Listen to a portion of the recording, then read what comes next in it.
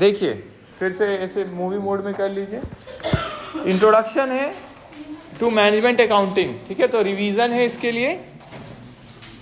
तो हम लोग पढ़ लिए मैनेजमेंट अकाउंटिंग मेनली क्या है, प्रोसेस है identifying, measuring, analysing and communicating accounting information, है ना।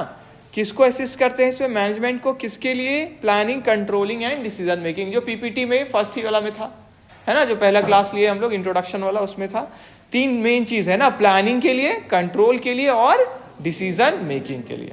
ये किसका काम होता है, मैनेजमेंट का, इसीलिए नाम क्या है, मैनेजमेंट अकाउंटिंग, ठीक है। तो अकाउंटिंग इंफॉर्मेशन जो भी है उसको हम लोग इसमें, पर इसमें ध्यान रखना है ये दोनों होता है, इसमें फाइनेंशियल चीजों को भी कंसीडर करते हैं और नॉन फाइनेंशियल, है ना। तो ये फ्यूचर ओरिएंटेड है, इंटरनल इन नेचर है और डिसीजन फोकस्ड है, ठीक है। और भी कैरेक्टरिस्टिक्स है, यहाँ तो रिवीजन करें तो शॉर्ट में है, डिटेल में हम लोग कर चुके हैं ना ये सब। ओरिजिन ऑफ द टर्म, देखिए आपका कोई भी क्वेश्चन आता है, managerial accounting, explain managerial accounting, scope of managerial accounting, objectives, features, limitations, कुछ भी आ जाए तो आपको क्या लिखना चाहिए, ये इंट्रोडक्शन में लिखना चाहिए ओरिजिन, क्लियर है।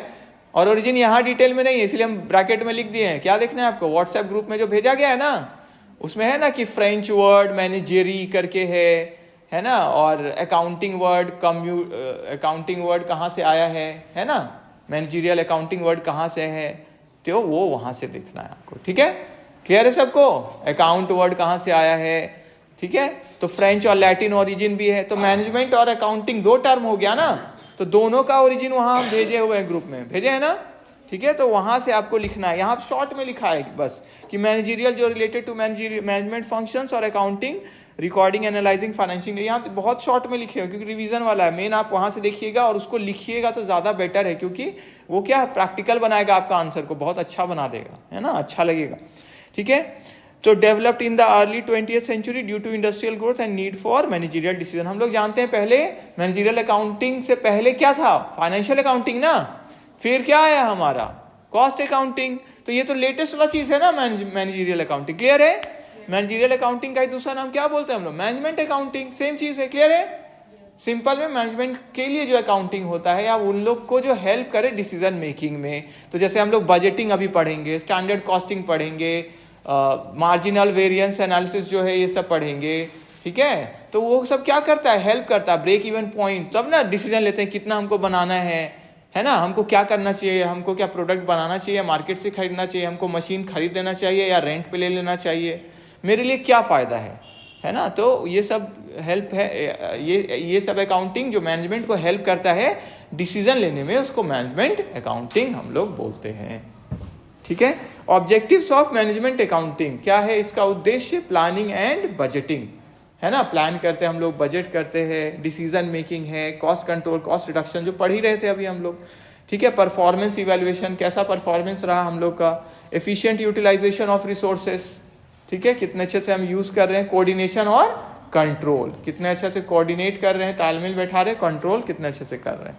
फीचर्स ऑफ मैनेजमेंट अकाउंटिंग, ठीक है, मेन फीचर्स क्या है, मैनेजमेंट ओरिएंटेड है, मैनेजमेंट के लिए है, ठीक है, वो लोग डिसीजन लेते हैं, फ्यूचर में मेनली फोकस करते हैं हम लोग, क्या बेटर कर सकते हैं, डिसीजन सेंटर्ड है, डिसीजन के ऊपर बेस्ड है, डिसीजन लेते हैं, दोनों डेटा फाइनेंशियल नॉन फाइनेंशियल का यूज होता है, फ्लेक्सिबल भी है और नॉन स्टैट्यूटरी है, मतलब लीगली आपके ऊपर बाइंडिंग नहीं है ना, कि आपको करना है ये मैनेजमेंट अकाउंटिंग। ये तो हम लोग के ऊपर है ना अभी इंडिया में, है ना, अभी तो ये नहीं हुआ ना, लागू तो नहीं हुआ कि करना ही है आपको, है ना, मैंडेटरी नहीं है। एनालिटिकल और इंटरप्रिटेटिव है, क्या है, विश्लेषण करते हैं हम लोग और समझ के उसको आगे कैसे हमको काम करना है उस संदर्भ में देखते हैं।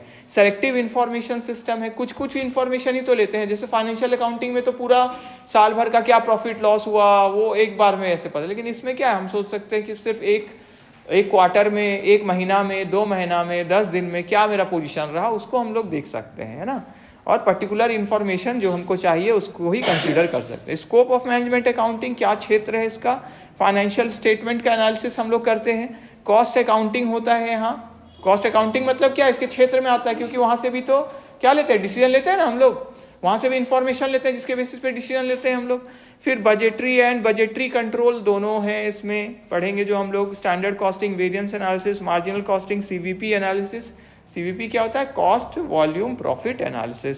ठीक है। Decision making techniques, use of modern tools, जो आपके लास्ट यूनिट में है, स्प्रेडशीट, ERP, ये सब है ना। ABC क्या होता है? एक्टिविटी बेस्ड कॉस्टिंग, जो आप पढ़े थे ना, ठीक है। कॉस्ट कंट्रोल जो अभी हम लोग देखे ही कि एक पर्टिकुलर लिमिट के अंदर हम लोग कोशिश करते हैं कॉस्ट को रखने का। प्रिवेंटिव नेचर है, क्योंकि हम लोग पहले ही सोच लिए कि इतना कॉस्ट है, इसको हम लोग इससे ज़्यादा हम लोग कॉस्ट ना होने दे, ठीक है। कंटिन्यूअस है कि उसको भी देखते हैं हम लोग कि चलो कॉस्ट कंट्रोल करते रहे, इतना लिमिट से आगे ना जाए, ठीक है। टूल्स, बजटरी कंट्रोल है, standard costing, variance analysis, objective और भी है, यहाँ शॉर्ट में है ऑब्जेक्टिव, अवॉइड वेस्टेज और इनएफिशिएंसी हम कम करें। रिडक्शन में भी देखिए लगभग वही चीज़ है, पर इसका परमानेंट मेनली रहता है कि मेरा यूनिट कॉस्ट ही हमेशा के लिए घट जाए, क्वालिटी परफॉर्मेंस इंप्रूव उतना ही रहे, घटे नहीं, मेरा बेटर ही हो।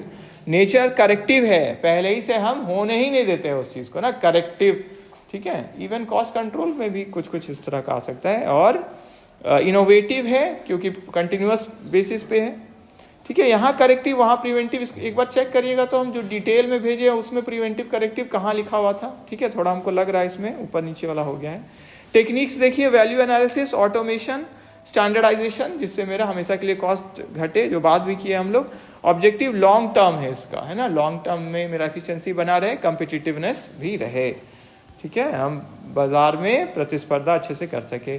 फिर कॉस्ट मैनेजमेंट स्ट्रैटेजिक अप्रोच है, जिसमें हम लोग प्लानिंग, कंट्रोल, रिडक्शन आ गया, डिसीजन ओरिएंटेड कॉस्ट एनालिसिस भी आ गया, ठीक है। तो ये भी क्या है, कॉन्टिन्यूअस प्रोसेस है। तो ये फोकस करता है वैल्यू क्रिएशन और लॉन्ग टर्म प्रॉफिटेबिलिटी में। फिर कॉस्ट कॉन्सेप्ट्स हम लोग देखें, अलग अलग तरह का कॉस्ट है, जैसे fixed variable, semi variable, marginal cost, opportunity cost, imputed cost, sunk cost, imputed यहाँ नीचे लिखा हुआ है, relevant, differential cost, avoidable, unavoidable, out of pocket, है ना, इस तरह का अलग अलग देखें। इसमें मेन रूल क्या है, कंसीडर करना है हमको जो अभी मायने रखता है कॉस्ट, मतलब जो रेलिवेंट है इस डिसीजन के लिए मेरा मायने रखता है। जैसे संक कॉस्ट हम लोग मायने नहीं रखता क्योंकि वो तो ऑलरेडी मशीन खरीद लिए, है ना, पर ये ऑर्डर हमको लेना है कि नहीं लेना है मेरे पास, वो डिसाइड करना है हमको। तो मेरा फिक्स कॉस्ट तो लगेगा ही, तो हमको बस कौन सा कॉस्ट देखना चाहिए, वेरिएबल कॉस्ट। और कितना लगेगा, लेबर को तो हम पेमेंट करते ही हैं, तो मेरा कॉस्ट एक्चुअली लगेगा किसका, मटेरियल का बस लगेगा। तो मटेरियल का मेरा कितना कॉस्ट आ रहा है, 4 रुपये आ रहा है, और हमको ऑर्डर कितना का मिला है, हर एक समोसा हमको मान लेते हैं देना है 10 रुपया में, तो 6 रुपया तो मेरा क्या हो रहा है, प्रॉफिट जैसा लग रहा है हमको, है ना, क्योंकि बाकी सब कॉस्ट तो लगेगा ही, तो मेरा खर्च कितना हो रहा है, बस 4 रुपया, है ना, तो 6 रुपया मेरा बच जाएगा। तो हमको ये ऑर्डर ले लेना चाहिए, ऐसा लगेगा, हाँ ठीक है। लेबर को हम बोलेंगे चलो और ये काम है, इसको भी ये और बना दीजिए आप, ठीक है। तो इस तरह का, ठीक है। तो रेलिवेंट और फ्यूचर कॉस्ट को देखते हैं, इग्नोर करते हैं संक और पास्ट कॉस्ट को। इंपॉर्टेंस है यूनिट 1 का, क्या इंपॉर्टेंस है, तो फाउंडेशन बिल्ड किया हम लोग को, बेस पता चला कि किस कॉस्ट क्या कितना तरह का कॉस्ट होता है, कॉस्ट कंट्रोल क्या होता है, कॉस्ट रिडक्शन क्या होता है, कॉस्ट मैनेजमेंट क्या होता है, मैनेजरियल अकाउंटिंग का क्या फीचर्स है, होता क्या है मैनेजरियल अकाउंटिंग, कैसे ये अंतर है, इसमें पढ़े थे ना, ये भी डिफरेंसेस पढ़े थे ना, मैं फाइनेंशियल अकाउंटिंग और कॉस्ट अकाउंटिंग से कैसे अंतर इसमें पाया जाता है ना। बोलिए कौन बड़ा है, मैनेजमेंट अकाउंटिंग की फाइनेंशियल अकाउंटिंग, मैनेजमेंट, उसमें दोनों आ गया ना, वो तो उसका उससे भी इंफॉर्मेशन लेते हैं, तो स्कोप बड़ा है इसका, क्योंकि उसका भी इंफॉर्मेशन इसको चाहिए। पर बेस आपका फाइनेंशियल अकाउंटिंग भी तो प्रॉपर होना चाहिए ना, तो बेस तो देता है फाइनेंशियल अकाउंटिंग, कॉस्ट अकाउंटिंग, तभी तो उसके बेसिस पे डिसीजन लेंगे हम लोग, ठीक है। तो हम लोग आगे पढ़ेंगे ये सब जो हम लोग यहाँ पे बेसिक्स देखे, जैसे budgeting, marginal costing, standard costing, CVP analysis, break even point, ये सब पढ़ेंगे। उसका हम लोग को एक थोड़ा सा झलक मिला है, हाँ, और न्यूमेरिकल प्रॉब्लम हम लोग सॉल्व कर पाएंगे, क्योंकि ये जो अभी हम लोग जितना भी पढ़े ये सब क्या हुआ, हमारा बेसिक्स स्ट्रॉन्ग कर दिया। जो लोग नहीं देखे हैं या नहीं आए थे क्लास में, किसी कारण छूट गया है, तो वीडियो है, प्लेलिस्ट भेजे ना आप लोग को, प्लेलिस्ट में चल जाएगा, वीडियो हम डाल दिए, ठीक है। बेसिक स्ट्रॉन्ग रहेगा तब आपको आगे अच्छा लगेगा, नहीं तो क्या लगेगा, बस सॉल्व करने जानते हो, उससे क्या होगा, बेसिक स्ट्रॉन्ग होना चाहिए, ठीक है। तो देख लीजिएगा। Answering theory and application based question, तो केस स्टडीज भी जैसे आता है ना, कि इसमें क्या करें, तब ना आप बोल पाइएगा